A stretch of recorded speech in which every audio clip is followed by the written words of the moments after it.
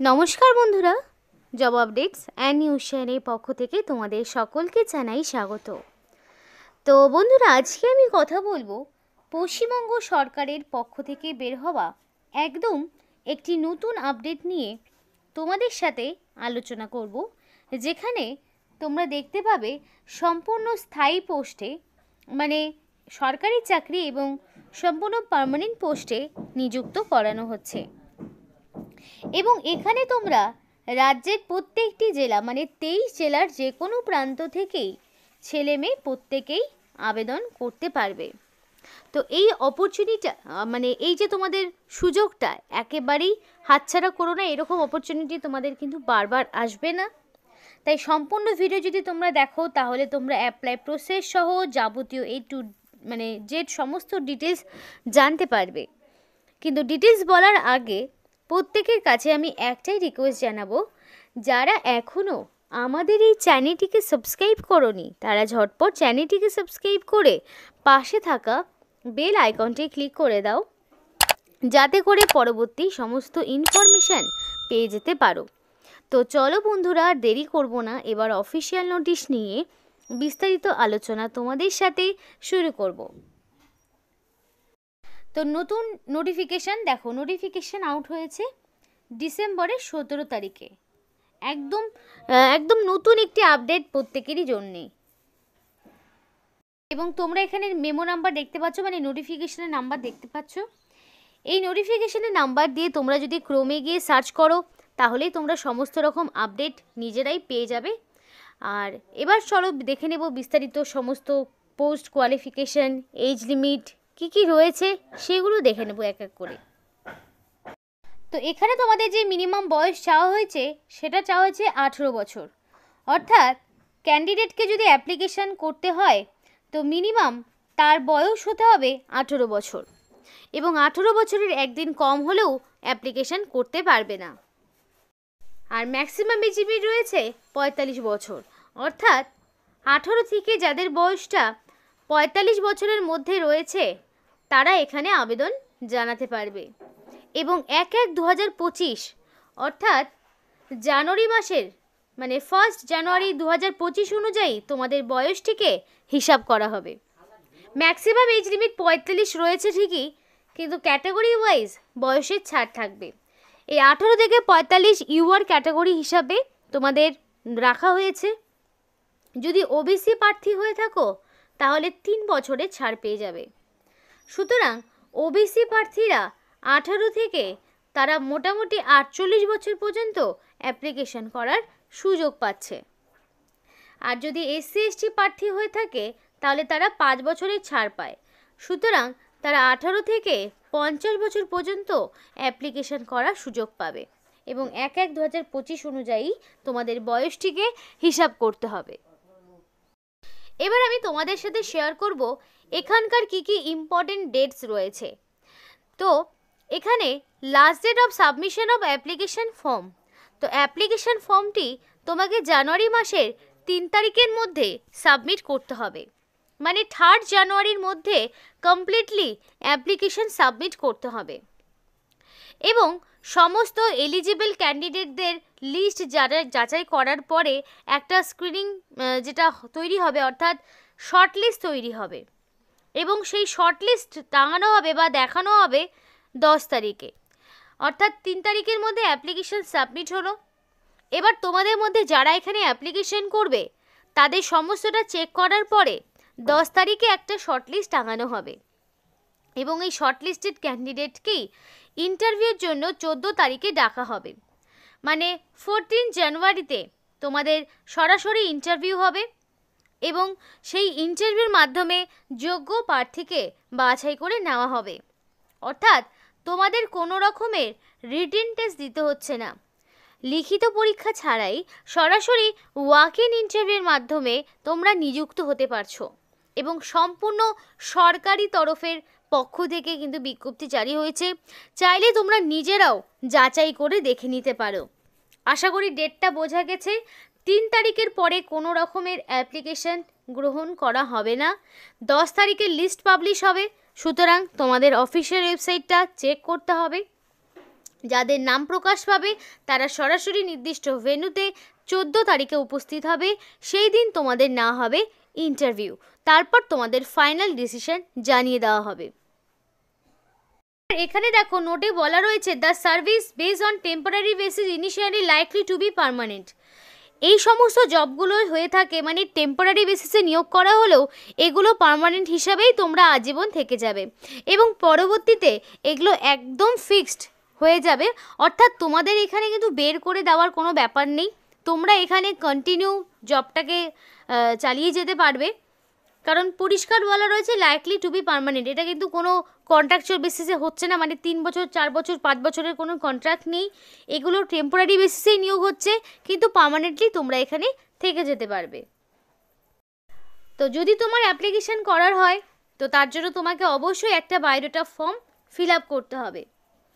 তো fill up করবে কীভাবে সেটা দেখে নাও।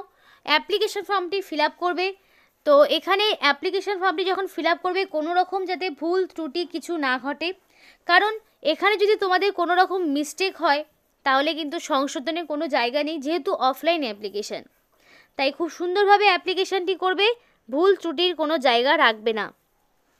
তো দেখো হাতে কলমে ফিল আপ করবে, ব্ল্যাক ইঙ্ক দিয়ে করতে পারো, আর সমস্তটা আমার মনে হয় ব্লক লিস্টারে করলেই ভালো হয়। তো এবার দেখে নেব অ্যাপ্লিকেশন ফর্মটি কীভাবে পূরণ করতে হচ্ছে। তো বায়োডাটা ফর্মটি যে পূরণ করবে, তো দেখো ফার্স্টে নেম অফ দ্য অ্যাপ্লিকেন্ট, অর্থাৎ ক্যান্ডিডেটদের নাম তোমাদের এখানে দিতে হবে, নিজেদের নাম এখানে বসাবে এবং এখানে তোমার নাম বয়স যা কিছু দেবে সেটা যাতে মাধ্যমিক বা তার সমতুল্য পরীক্ষায় যে নাম বা বয়স রয়েছে সেটাই তোমাকে বসাতে হবে। দেন তোমার চাওয়া হয়েছে ফাদার্স নেম, মাদার্স নেম, গার্জেনের নাম, অর্থাৎ বর্তমানে যিনি তোমার গার্জেন রয়েছেন তার নাম তোমাকে বসাতে হবে। ডেট অফ বার্থ, তো অ্যাকর্ডিং টু মাধ্যমিকের সার্টিফিকেট অনুযায়ী তোমার যা ডেট অফ বার্থ রয়েছে সেইটাই তোমাকে বসাতে হবে এবং 1/1/2025 অনুযায়ী তোমার এক্স্যাক্টলি কত বছর কত মাস কত দিন হচ্ছে সেইটাও তোমাকে এখানে লিখতে হবে। অর্থাৎ তোমাদের যে ডেট অফ বার্থ সার্টিফিকেট রয়েছে সেই অনুযায়ী 1/1/2025 অনুযায়ী এক্স্যাক্টলি তোমার কত বছর হচ্ছে সেটা তুমি এখানে বসিয়ে দেবে কাউন্ট করে। তারপর তোমাদের রেসিডেন্সিয়াল অ্যাড্রেস চাওয়া হয়েছে, পার্মানেন্ট রেসিডেন্সিয়াল অ্যাড্রেস। তো এখানে তোমাদের সম্পূর্ণ অ্যাড্রেসটি যদি বসাতে হয় তাহলে ফার্স্টেই থাকবে ভিলেজের নাম, তো তোমাদের গ্রামের নাম থাকবে, তারপরে থাকবে পোস্ট অফিসের নাম, দেন থাকবে পুলিশ স্টেশন, তারপরে থাকবে ডিস্ট্রিক্ট, তারপরে থাকবে পিনকোড। তো ওভারঅল সমস্ত রকম অ্যাড্রেসটি পার্মানেন্ট রেসিডেন্সিয়াল অ্যাড্রেসের ঘরে বসিয়ে দেবে। তারপরে প্রেজেন্ট অ্যাড্রেস ফর কমিউনিকেশন, তো যদি কারোর পার্মানেন্ট অ্যাড্রেস এবং প্রেজেন্ট অ্যাড্রেস ডিফারেন্ট হয়ে থাকে তাহলে তুমি ডিফারেন্ট ইনফরমেশান ইনপুট করবে, আর যদি কারোর সেম ইনফরমেশান হয়ে থাকে তাহলে সেমটাই তোমাকে দিতে হবে। এবার দেখো কন্ট্যাক্ট নাম্বার রয়েছে, মেল আইডি রয়েছে, তো অবশ্যই ভ্যালিড কন্ট্যাক্ট নাম্বার দেবে, কারণ কি সিলেকশন প্রসেসের মানে যা কিছু ইনফরমেশান তোমরা এখানেই পেয়ে যাবে।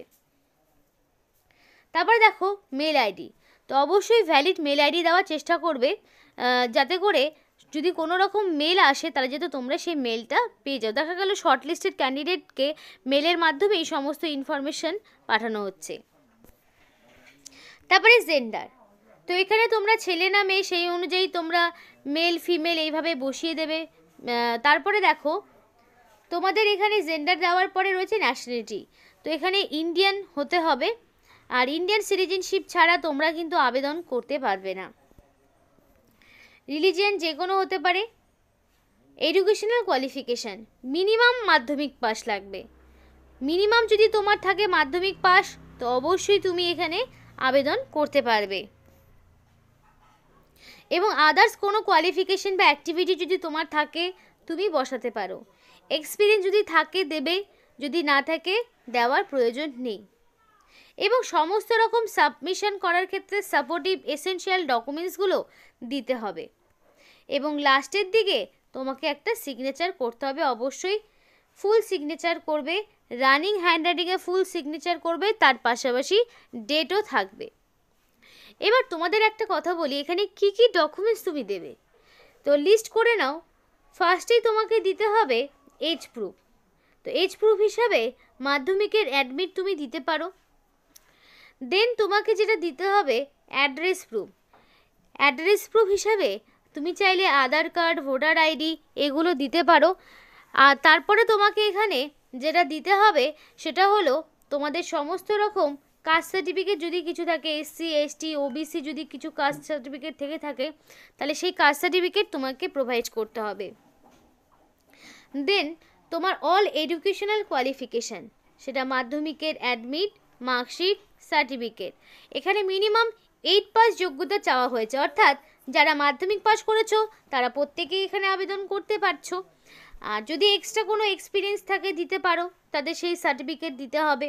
এক্সট্রা যদি কোনো কোয়ালিফিকেশান থাকে তাহলে সেই ডকুমেন্টস দিতে হবে।